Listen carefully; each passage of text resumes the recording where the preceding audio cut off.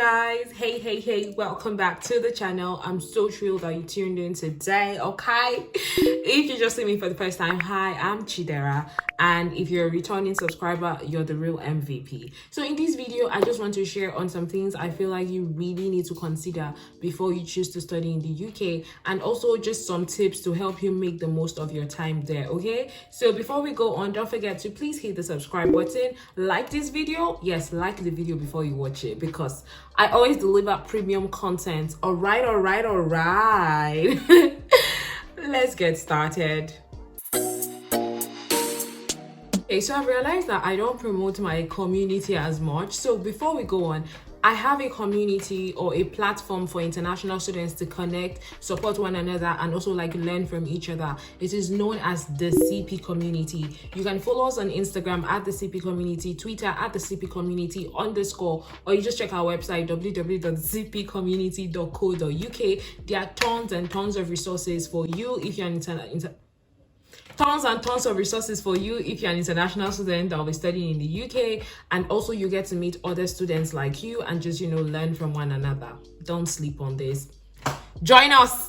I feel like I've mentioned this in a couple videos of mine, but I just realized I need to say it again. One thing you really need to think about before you go study in the UK is your finances. How are you going to fund your education? And why I'm really doing this video now is because I have gotten a whole lot of messages in the last couple of months of people telling me, oh Chidera, my tuition is due and I can't pay it. What are the consequences? Oh Chidera, I got an email from my school saying that I can't pay and then they are going to take legal action, stuff like that. Like, it's been a whole lot this time around, and I'm just like, what's happening? So I want to really advise you, if you want to study in the UK, yes, you can have plans that when you come here, am I in the UK?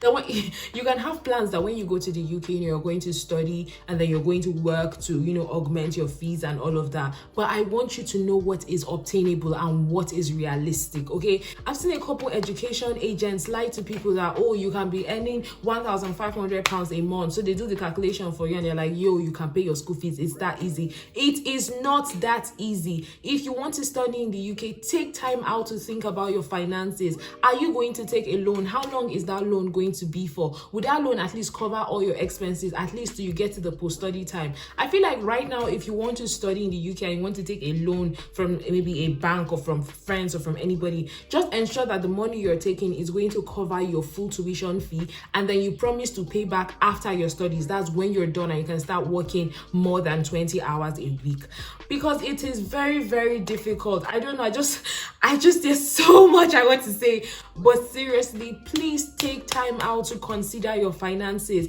I know of people that are there now and they are struggling right now to pay their fees. They are looking for how they're going to raise money in such a short period of time, because the reality that you may be painted that, oh, you can easily make money in the UK may not be true. For example, if you're living in London, your rent alone may be like £600-700 a month. How much will you be earning as a student to be able to pay £700 a month? Just even your rent alone is enough expense for you to be worried about, then let alone to add tuition fee.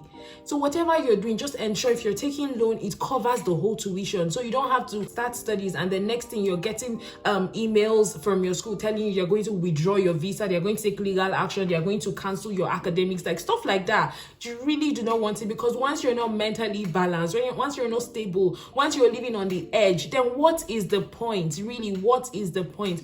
Please take time out. Think about your funding. Make sure you have that on a lock. Don't live in a fairy tale lie that, oh, when you get to the UK, you can just be making bastard money. It's a big fat lie.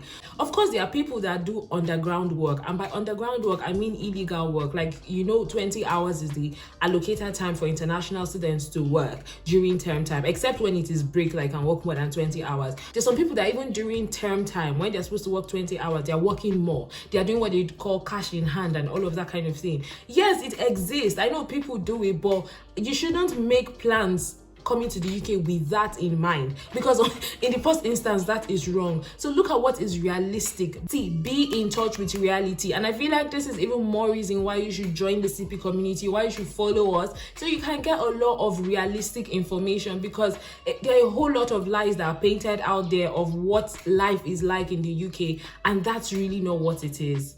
Okay, I feel like I've been rambling on and on about this. Let me move to the second point. Now, the second thing I want you to consider as you're going to study in the UK, or as you're thinking of the process, is start thinking of the end now. Like, have the end in mind. Like, think of the end now. Now, what is the end? Right now, by the time you're done with your study, the end is post-study visa, which is like the 2-year time that you're given. If you're doing a master's, you have 2 years. If you're doing an undergrad, you have 2 years. If you're doing a PhD, you have 3 years after your studies to stay back in the UK. It was implemented this year, July actually this year, so it's a new development, and not everybody's aware of it. So right now, if you want to study in the UK, start thinking of post-study. Here's what I mean. With the post-study visa, you'll be allowed to be self-employed. So once you're on post-study, you can have a business, you can be self-employed. So what does that mean for you? It means that you might decide, you know what, for this whole time of my academics, this 1 year of my academics, I'm going to stick to the 20 hours.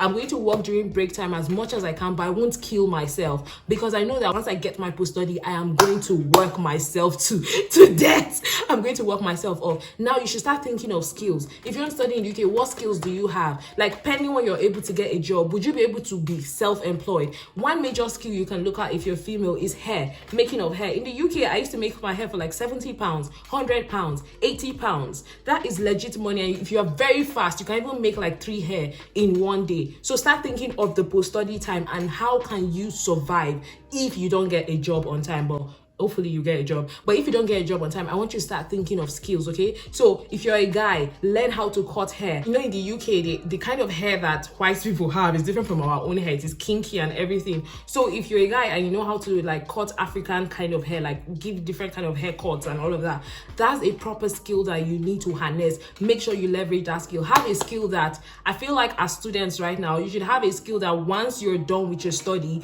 you can work with that skill. You can get money with that skill. Is it video production? Learn it. My point is, have a skill and harness it.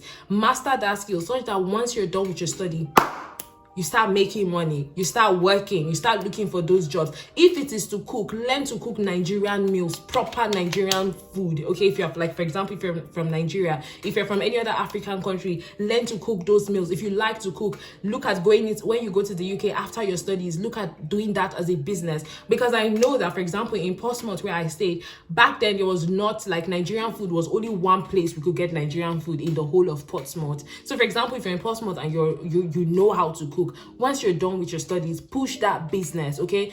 Because with the post-study visa, you can be self-employed and you don't need to be endorsed to start a business. So think of the end now, all right?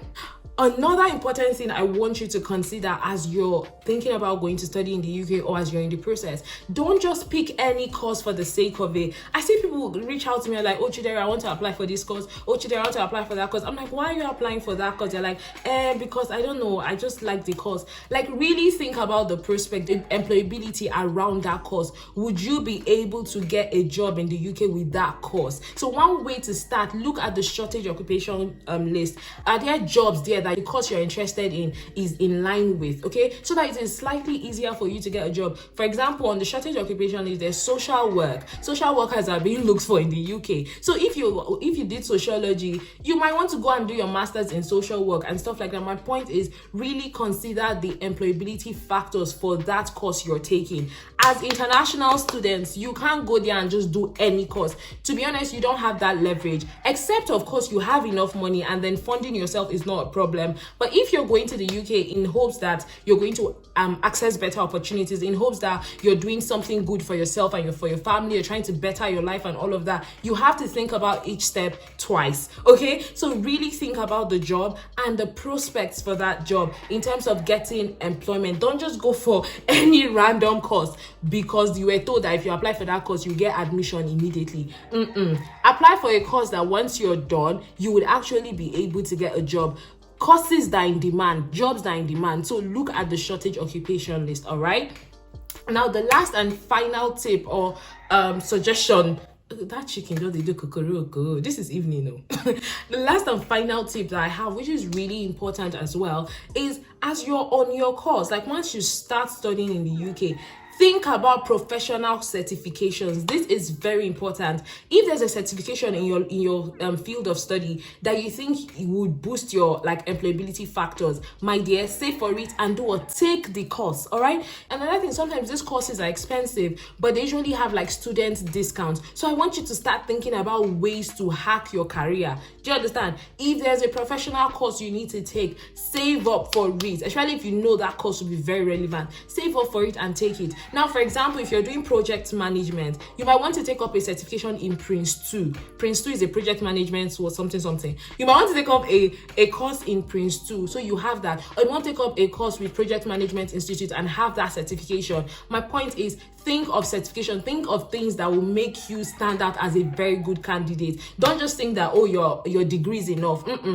As an international student in the UK, your competition is higher. Your competition is more than that of a home student. So you need to put in the work to ensure that you come across as a very, very, very strong candidate for jobs. Okay. God, I'm so ras.